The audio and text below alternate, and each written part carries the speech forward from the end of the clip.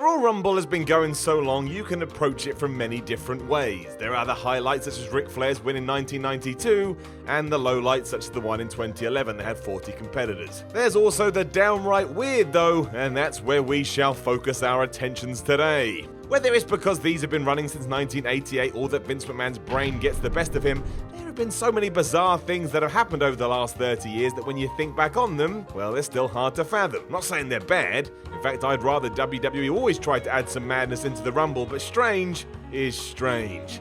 You can't get away from that. I'm Simon from WhatCulture. This is 10 times really weird stuff went down at the Royal Rumble. Number 10, Drew Carey's cameo. Happening in 2001, this almost stretched the boundaries of what people thought depending on whether you knew who Drew Carey was. He wasn't a name here in the UK, for example, although I'm pleased to say I did know the man. I just loved Whose Line Is It Anyway too much. For everyone else though, it was a Wikipedia job, the problem being that had only launched 2 weeks before this version of the Rumble started. How he got in was even more bizarre. McMahon, livid that he looked at Trish Stratus in the wrong way, punished him by hurling him into the event, and that makes no sense. Imagine he'd won! Drew Carey going on to main event WrestleMania. He didn't, of course, and instead hightailed it out of the ring as soon as Kane arrived. He did not want any part of the big red machine. In case you're wondering why this happened at all, it's because Carey had a pay-per-view of his own to promote.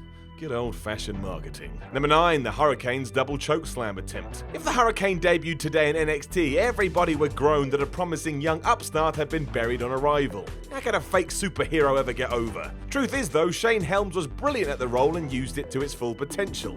No one else could have done what he did. However, when bitter rivals Triple H and Stone Cold Steve Austin squared off against each other at the 2002 Rumble, I'm not sure a spot of comedy was high on anybody's list. WWE disagreed, and the man sent to stick a wedge in between them was indeed the Hurricane. Standing either side of them, he only had one idea in mind: to give both Stone Cold Steve Austin and Triple H a double chokeslam. They looked at him like he was bonkers and swiftly tossed him from the ring, but I tell ya, it was great. As ever, Helms played it to a T, and the brief lightheartedness reminded you why the Rumble is so good. Just a bunch of random wrestlers facing off against each other. Still potty mind, mostly because nobody saw it coming. Number 8, Sonny and Max Mini. 1998 was an interesting time for wrestling. While the Attitude Era was in full effect, certain tropes from days gone by still remain, such as little people matches that came straight from Mexico. If you're of the right age, you'll remember Max Mini as the star of these, and he was again at that year's Rumble, although for very different reasons. During a match that saw Max team up with Nova and Mosaic to take on Battalion, El Torito and Tarantula,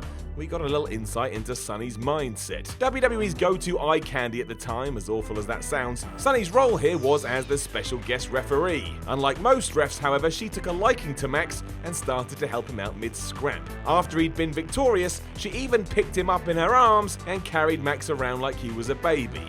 Don't forget he was not, and was in fact a fully grown adult. I would guess this was an off-the-cuff decision by Sonny, but man is it weird to look out now. Probably was then too, to be honest. I'm not sure what I was meant to take away from it. Number 7, Hornswoggle's attitude adjustment. We've already mentioned how odd the 2011 Rumble was on the whole, but that just gets even more strange when you delve into specific spots such as, yes, Hornswoggle giving Tyson Kidd a John Cena-style AA.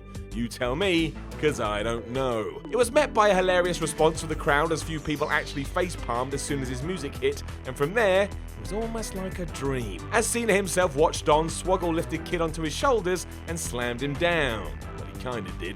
Tyson had to thrust himself in the air to make this work, but that's not too surprising. The size difference was huge. Fair play to WWE though for having some fun with this Rumble, and it wasn't terrible. But we're talking weird here, and that is what it was. If you don't believe me, you can go and watch it right now.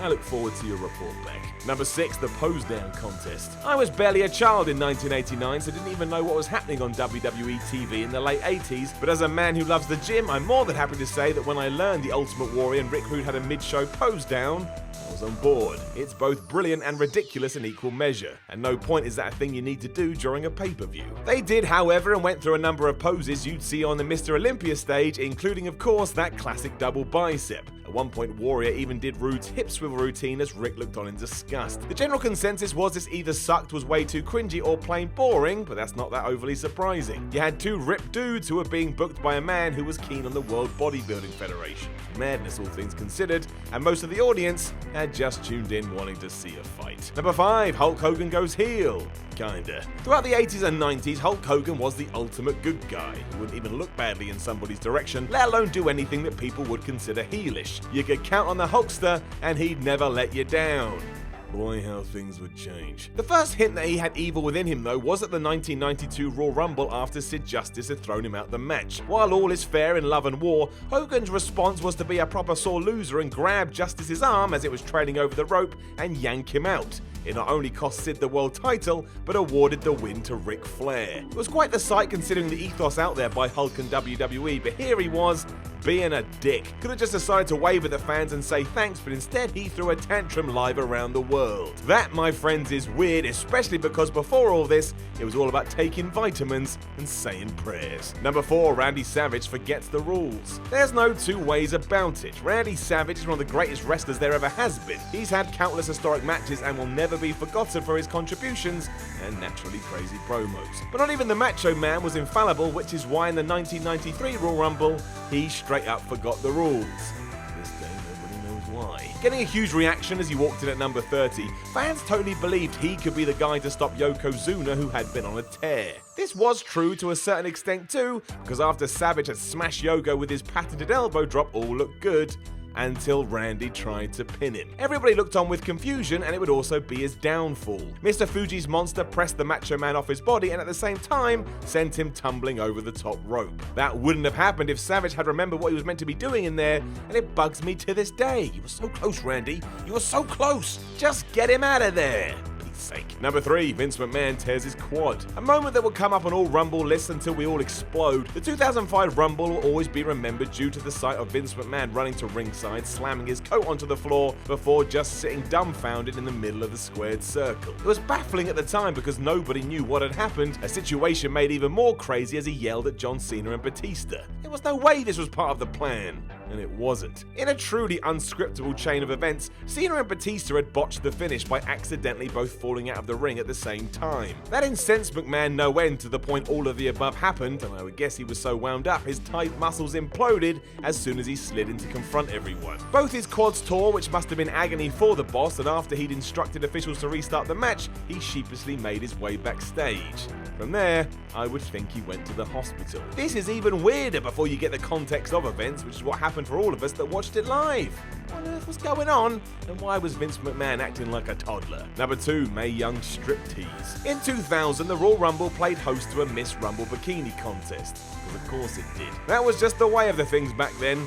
Entrants included the Cat, Terry Runnels, Luna Vachon and Jacqueline, and it was fine, I guess, for what it was meant to be. At least it wasn't as bad as some of the things that WWE were doing around this time.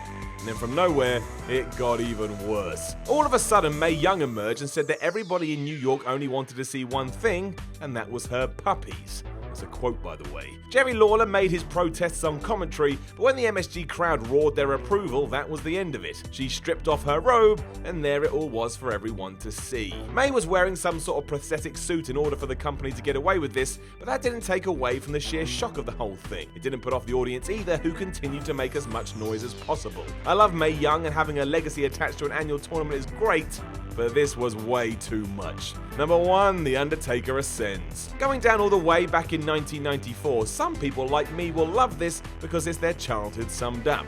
It's beyond ludicrous, of course, but that's a kid brain for you. Believes everything it sees. But yes, after Yokozuna and a group of heels had jumped on The Undertaker and shoved him into a casket, the Phenom appeared on the big screen and apparently ascended upwards. Some weird digital effect flashed in all our eyes, and then a lined version of Taker literally moved up. It was really, really, really odd. The dead man also cut a promo from inside the coffin before all of this, and I think we were meant to assume he was dead, even though he'd just been put in a box. I think that's enough to finish someone off, but what do I know? It did leave far more questions than answers, the biggest one being, why was there a camera in the coffin to begin with? Unfortunately, I cannot answer that, because I don't have a clue. It was one of the first times The Undertaker had disappeared in this kind of fashion, and let's face it, every time he did return after disappearing, we loved it more and more. Undertaker comeback is just awesome. But given that it didn't make much sense back in the mid-90s, just imagine what anybody would think watching it in 2019. If you just stumble across this on the WWE Network, you may think Vince McMahon and everybody booking WWE back then had actually lost their damn mind. And you know what? Maybe they actually did. Know of any other times really weird stuff went down at the Royal Rumble? Let us know in the comments below, and don't forget to like, share, and subscribe. Then head over to WhatCulture.com and read yourself some articles, and follow WhatCulture on Twitter at WhatCultureWWE. My name is Simon from WhatCulture, and you know what? Enjoy the Royal Rumble, and I'll talk to you again soon.